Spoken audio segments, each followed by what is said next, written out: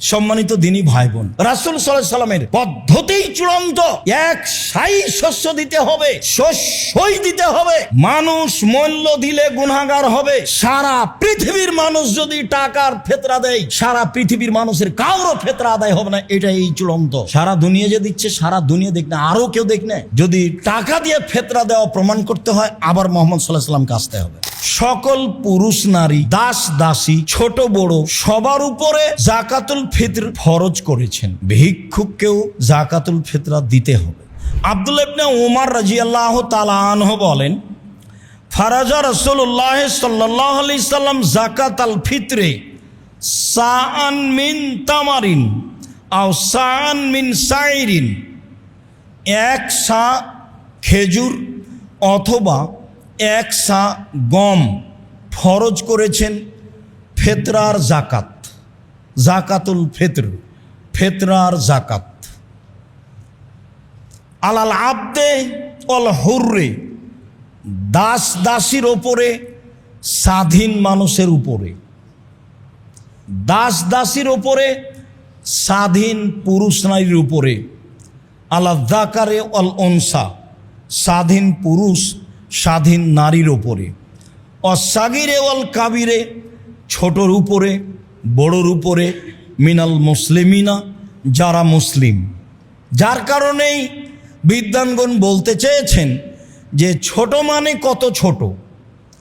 ছোট মানে ঈদের মাঠে যাওয়ার পূর্বে যার জন্ম সেও একটা হলো এইটা, আর আরেকটা হলো যেহেতু সূর্য ডুবে গেলে রমজান শেষ হয়ে গেছে, অতএব সূর্য ডুবা পর্যন্ত যার জন্ম তার ফেতরা দিতে হবে।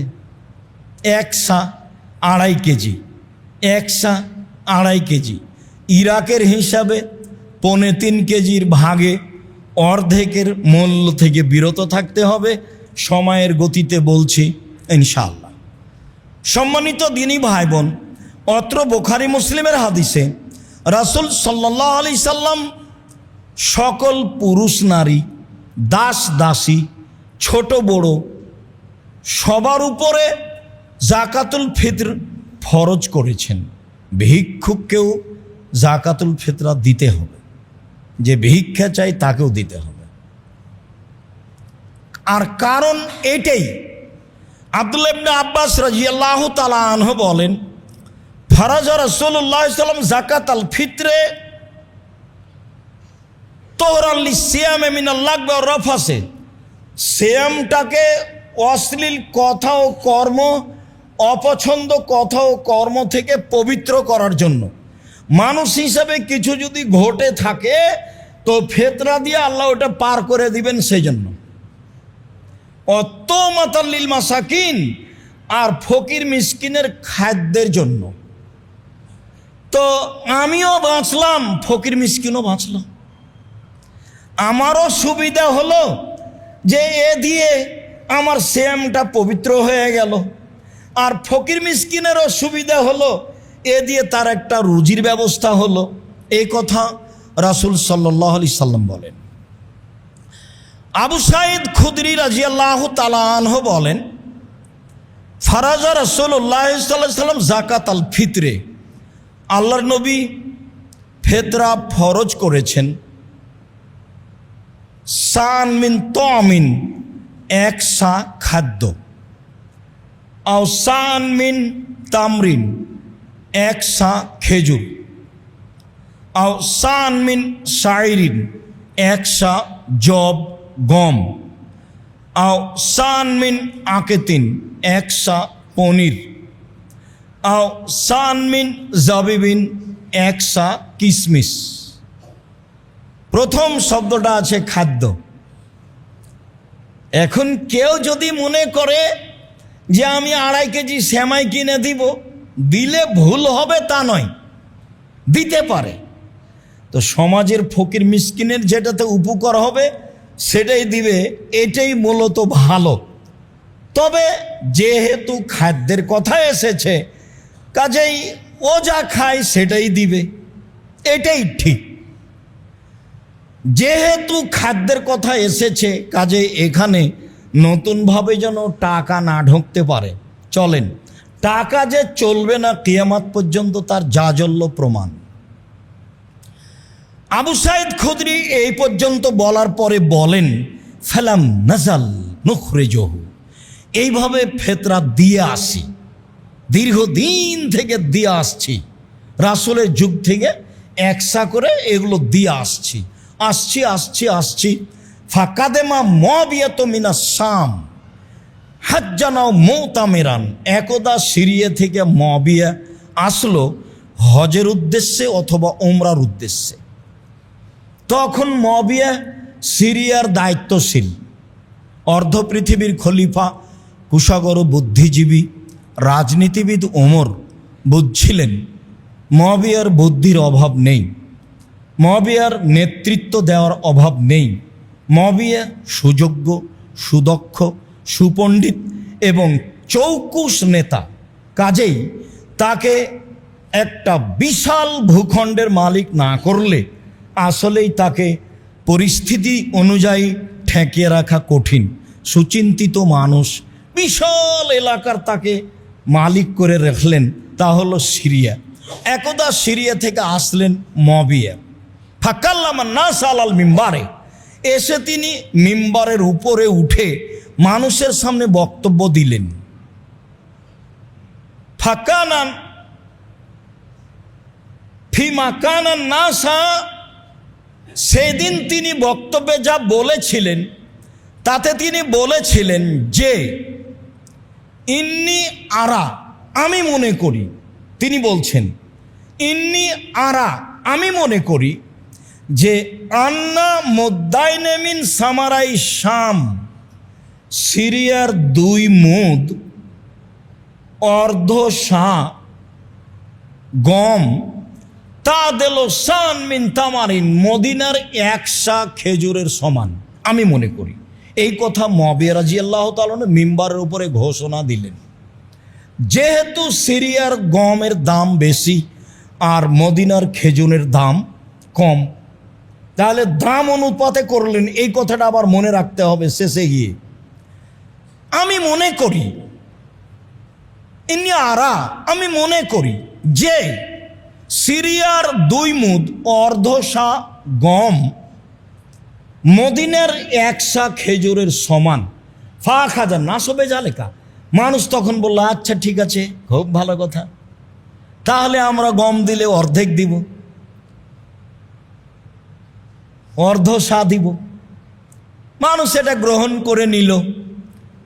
ফাম্মা আনা, এবার আমি, আবু সাইদ খুদরি বলছি,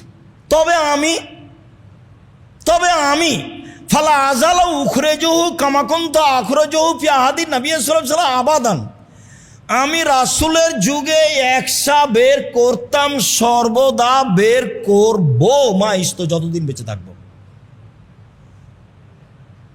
তবে আমি, মানুষ তো মুআবিয়া রাদিয়াল্লাহু তাআলার এই রায় সিদ্ধান্তকে গ্রহণ করে নিল, যেটা তিনি বললেন আমি মনে করি, তো মানুষ গ্রহণ করে নিল। মানুষ তো করেই, ভারত বাংলাদেশ পাকিস্তানের শতকরা 95 জন মানুষ করেছে, করছে। এখন আপনি দেখছেন আপনার পাশে, হয়তো বা আপনিও তার মধ্যে একজন। তো মুআবিয়া রাদিয়াল্লাহু তাআলা বলছেন যে যতদিন আমি হায়াতে বেঁচে থাকবো 1 সা দিব। কালা রাজুলুন মিনাল কওমে, একটা লোক পাশ থেকে বলল, কেন মুদ্দানে মিন কামহিন, অর্ধ সা গম দিলে হবে না? তখন তিনি বলছেন লা কিমাত মুআবিয়া, আরে এইটা তো মুআবিয়ার মূল্য হিসাব, লাখ ভালো হওয়া আমল বেহা, না আমি কখনো মানব না আমি কখনো আমল করব। আমি মুআবিয়ার এই মূল্য হিসাব কখনো কবুল করব না, আমি মুআবিয়ার এই মূল্য হিসাব সিদ্ধান্ত রায়কে কখনো মানব না। হাদিস তো সহি, আপনি কি করবেন? কে আপনাকে বলল? সারা পৃথিবীর মানুষ মেনে নিলে আপনি মেনে নেবেন? সারা দুনিয়াতে মাত্র ইব্রাহিম আলাইহিস সালাম আর তার স্ত্রী ভালো মানুষ ছিলেন, আর কেউ ছিল না। তাহলে এখন ইব্রাহিম আলাইহিস সালাম উল্টে যাবেন? সারা দুনিয়ার মানুষ যদি এখন করোনায় 3 ফুট পর পর দাঁড়ায়, আপনিও দাঁড়াবেন? হুজুরি যে আগে, বক্তব্য কত শক্ত, বলে কাবা ঘরে 3 ফুট আছে, কাবা ঘরের চেয়ে আরও যদি কোনো জায়গা ভিন্ন থাকতো সেখানে 3 ফুট থাকলে হবে না? 3 ফুট পর পর দাঁড়ানোর সিদ্ধান্ত পেশ করতে হলে আবার কাকে আসতে হবে? মুহাম্মদ সাল্লাল্লাহু আলাইহি সাল্লামকে। যেহেতু মুহাম্মদ সাল্লাল্লাহু আলাইহি সাল্লাম কিয়ামত পর্যন্ত আসবেন না, কাজে ইবাদতের নিয়ম কিয়ামত পর্যন্ত কোনোদিন পরিবর্তন হবে না। আপনি পালন করতে পারেন না, মসজিদে আসেন না সমস্যার কারণে। আরে যারা এটা বলেছে তারাই তো করোনা দেয়নি, একদিনও টিকা দেয়নি। ও তো তারা টিকা বিক্রি করার জন্য এগুলো করেছে, সেটা তো আপনারাও জানেন। সবাই কেনা বুঝে না, অবাক কথা। ইবাদতের জায়গায় তো মসজিদ। বিপদে পড়লে তো আল্লাহ রাসূল দৌড়িয়ে মসজিদে গেলেন। চন্দ্র সূর্য গ্রহণ লেগে গেছে, চলো মসজিদে দোয়া করো, দান খায়রাত করো। আরে বাঁচো বিপদ থেকে, দোয়া করে মসজিদে চলো। আর এখন বলছে মসজিদে নিষেধ, কেমন উল্টা বুদ্ধি। আর নগদ হুজুর বলছে যা ঠিক আছে। এটা হয়? হুজুর কেন বলবে? কেন হুজুর বলবে? সভাপতি সেক্রেটারি বলতে পারে। রুজি সভাপতি সেক্রেটারির কাছে আছে, এই বুঝটা আপনার ভুল। রুজি আল্লাহ রেখেছেন পৃথিবী সৃষ্টির 50,000 বছর পূর্বে। আমরা তো তার জাজল্য প্রমাণ। কই, আমার তো এরকম 90 সাল থেকে মাঠে আছে, এরকম কোনোদিন ঘটেনি যে কোনো সভাপতি সেক্রেটারিকে হিসাব করে কথা বলতে হবে, বা কোনো জায়গাতে কোনো মঞ্চে এরকম পরিবেশ তো আমি বুঝলাম না কোনোদিন। সম্মানিত দিনী ভাই বোন, রাসূল সাল্লাল্লাহু আলাইহি সাল্লামের পদ্ধতিই চূড়ান্ত। এক সাই শস্য দিতে হবে, শস্যই দিতে হবে। মানুষ মূল্য দিলে গুনাহগার হবে। সারা পৃথিবীর মানুষ যদি টাকার ফেতরা দেয়, সারা পৃথিবীর মানুষের কারো ফেতরা আদায় হবে না। এটাই এই চূড়ান্ত। সারা দুনিয়া যে দিচ্ছে, সারা দুনিয়া দেখ না, আরও কেউ দেখ না। যদি টাকা দিয়ে ফেতরা দেওয়া প্রমাণ করতে হয়, আবার মুহাম্মদ সাল্লাল্লাহু আলাইহি সাল্লামকে আসতে হবে, এসে বলতে হবে যে তোমরা টাকা দিয়ে ফেতরা দাও। ওই সময়ে টাকা ছিল, ওই সময়ে মুদ্রা ছিল। স্বর্ণের মুদ্রা দিয়ে হাট বাজার হতো, রূপার মুদ্রা দিয়ে হাট বাজার হতো, কিন্তু তিনি মুদ্রার কথা উল্লেখ করেননি। আব্দুর রাজ্জাক সাহেব, চাউল যে কেউ নেয় না, ফেলে দেন। কেউ যদি না নেয় তো জামিয়ে পাঠিয়ে দিন। এখন আপনার পথ কি? যদি কোনো পথই না পান তো একটা কিছু করবেন। কিছুই যদি না পান তো বাড়িতে রাখা হবে না, ফেলে দেন। দুনিয়া অত খাটো হয়নি, কিয়ামত পর্যন্ত অত খাটো হবে না। আমি আর আপনি ভুল বুঝছি।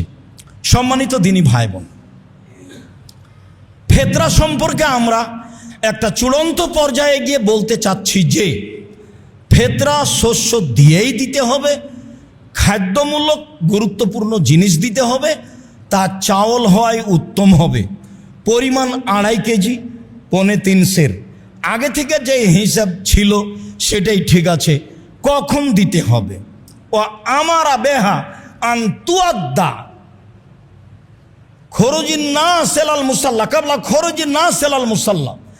মানুষের ঈদের মাঠে যাওয়ার পূর্বে, আগে যে আপনাদের বাপদাদারা ঈদের মাঠে যাওয়ার পূর্বে ফেতরা বের করতেন, এটাই হুবাহু হাদিস সাথে মিল আছে। এটাই হলো হাদিসের বাস্তব আমল। তবে সহিহ হাদিস আসার থেকে পাওয়া যায়, আব্দুল্লাহ ইবনে উমর থেকে, যে 1 দিন বা 2 দিন আগে ফেতরা বের করা যায়। তা হলো 28 রমাজান, তা হলো 19 রমাজান, নিতান্তই। তবে বুখারী মুসলিমের সিদ্ধান্ত এটাই যে আপনি ঈদের মাঠে যাওয়ার পূর্বে ফেতরা বের করে যাবেন। এসে বের করলে সেটা আর ফেতরা হবে না, সেটা হবে সাদাকা। সেটা আবার জাকাতুল ফেতরা হলো না, যেটা আপনার সিয়ামকে পবিত্র করার জন্য। পূর্বেই করতে হবে, শস্য দিয়েই করতে হবে। নিতান্তই আগে চাইলে 1 দিন 2 দিন আগে। 15 রমাজান থেকে ফেতরা বের করার তো প্রশ্নই আসে না। মসজিদ ভর্তি হয়ে গেছে ঢাকায়, দেখেন। 15 রমাজান থেকে। ধর্ম নিজের মতো, ধর্ম নিজের মতো। হাজি ক্যাম্পে উঠেছি তো এখন বলছে লাব্বাইক আল্লাহুম্মা লাব্বাইক। শেষ হলো তো আমি বলছি ভাইজান এখানে বলাচ্ছেন কেন? ও তো যখন এহরাম বাঁধবে, এলামলামে যখন বিমান পৌঁছিবে, জিদ্দায় নামার পূর্বে তখন বলবে। তখন বলছে যে বাড়ি থেকে বললেও হবে। এখন কি উত্তর দিবেন বলেন?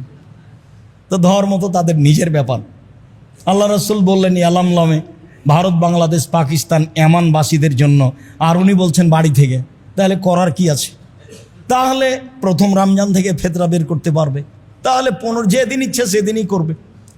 রাসূল সাল্লাল্লাহু আলাইহি সাল্লাম ঈদের মাঠে যাওয়ার পূর্বে ফেতরা বের করতে বলেছেন শস্য দিয়ে। এইটাই হিসাব।